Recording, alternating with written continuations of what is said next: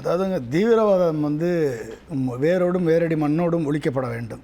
தீவிரவாதத்துக்கு புகலிடம் கொடுக்கக்கூடிய எந்த நாடும் அந்த நாட்டுக்கு உண்மையாக இருந்தது கிடையாது. தீவிரவாதத்தை வளர்க்கக்கூடிய நாடுகள் அழிவைத்தான் சந்தித்திருக்கிறது. எனவே நம்ம தீவிரவாதத்தை ஏற்றுக்கொள்ள முடியாது.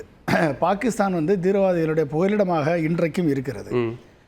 உலக நாடுகள் செய்யக்கூடிய உதவிகள் அனைத்தையுமே தீவிரவாத கும்பல்களுக்கு ட்ரைனிங் கொடுக்கறது, கேம்ப் நடத்துறது, இந்த பயிற்சி முகாம் நடத்துறது என்று மணியை டைவெர்ட் பண்ணுறாங்களே ஒழிய பாகிஸ்தானுடைய வளர்ச்சிக்கு அவர்கள் கான்ட்ரிபியூட் பண்ணுறாங்களான்னா இல்லை. ஸோ இந்த நிலையில் இப்போ நமக்கும் இந்தியாவுக்கும் பாகிஸ்தானுக்கும் ஏற்பட்ட அந்த போர் என்பது தீவிரவாதத்திற்கு எதிரான போர். ஆமாம். அப்போ இந்தியா இந்த 9 நிலைகளை கண்டறிந்து துல்லிய தாக்குதல் ப்ரிசிஷன் ஸ்ட்ரைக் பண்ணி அவங்களுடைய இடங்களை அழித்திருக்கிறது. இதில் மசூத் ஆசாருடைய குடும்பத்தினர் எல்லாம் இறந்திருக்காங்கன்னு நம்மளுக்கு தகவல் வருது. இது ஒரு நல்ல வரவேற்கத்தக்க செயல்.